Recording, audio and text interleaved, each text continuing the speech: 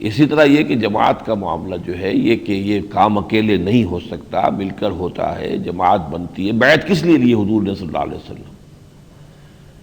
جماعت بنانے کے لیے۔ میرا ساتھ دو، میرا حکم مانو گے، میری اطاعت کرو گے، جو میں کہوں گا وہ کرو گے، یہ سارا عہد کاہے کے لیے لیا جا رہا ہے؟ کونوا مع الصادقین سے لے کر جو سورہ توبہ سے ہم نے پڑھنا شروع کیا تھا، ان کے ساتھ ہو، ایک جمعیت ہو۔ جمعیت ساتھ نہیں دیتی تو چاہے 6 لاکھ افراد تھے حضرت موسیٰ کے ساتھ، وہ معاملہ وہی رک گیا، اور وہ جماعت جس نے سرفروشی کی، آپ کا حکم مانا اور اپنی قربانیاں دی، انہوں نے اللہ کے دین کو غالب کر دیا۔ اس کو البتہ یہ سمجھنا چاہیے کہ اس میں جیسے کہ نماز فرض ہے اور وضو اس کے لیے شرط ہے، وضو فی نفسہ کو مطلوب شے نہیں ہے، وضو اس لیے مطلوب ہے کہ نماز بغیر وضو کے نہیں ہوتی، لیکن جب نماز فرض ہے اور بغیر وضو کے نماز نہیں تو وضو بھی فرض ہو گیا۔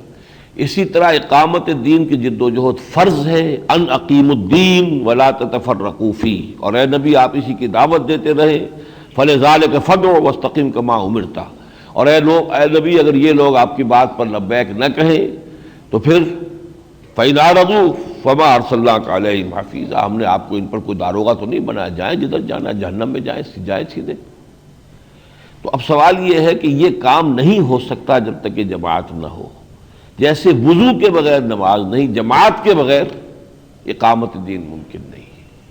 اس لیے جماعت کا التزام لازم ہے، احادیث میں اس کو کھول کھول کر بیان کر دیا، علیکم بالجماعہ ید اللہ علی الجماعہ لا اسلام الا بالجماعہ، آمرکم بخمس اللہ امرنی بہن، میں تمہیں 5 باتوں کا حکم دے کر جا رہا ہوں، اللہ نے مجھے حکم دیا ہے، بالجماعت والسمع والطاعت والہجرت والجہاد فی سبیل اللہ، جماعت کا التزام کرو، جماعت بھی سمع و طاعت والی، ڈسپلن والی، بڑی مضبوط نظم والی، اور پھر وہ جماعت ہجرت اور جہاد کرے۔ یہ 5 کام ہیں، نماز، روزہ، حج، زکوٰۃ، کلمہ شہادت، 5 باتیں ہر مسلمان کو یاد ہیں۔ یہ 5 باتیں بھی محمد رسول اللہ فرما کر گئے، یہ کسی کو یاد نہیں۔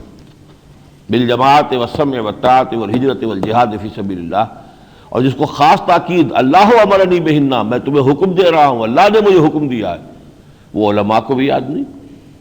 اس لیے کہ دین کا وہ تصور رہا ہی نہیں، دین رہ گیا انفرادی زندگی سے متعلق، دین رہ گیا صرف عبادات سے متعلق، دین جو ہے ایک مکمل نظام زندگی والا تصور علماء کے ذہنوں سے نکلا ہوا ہے، صدیوں سے چونکہ نکلا ہوا ہے۔ انگریز کے دور میں بھی ہماری دینداری پوری چل رہی تھی، چاہے قانون انگریز کا تھا، جو بھی تھا سب کچھ ہے، لیکن ہماری دینداری نماز روزے میں تو کمی نہیں تھی۔ تو یہ ہے مسئلہ۔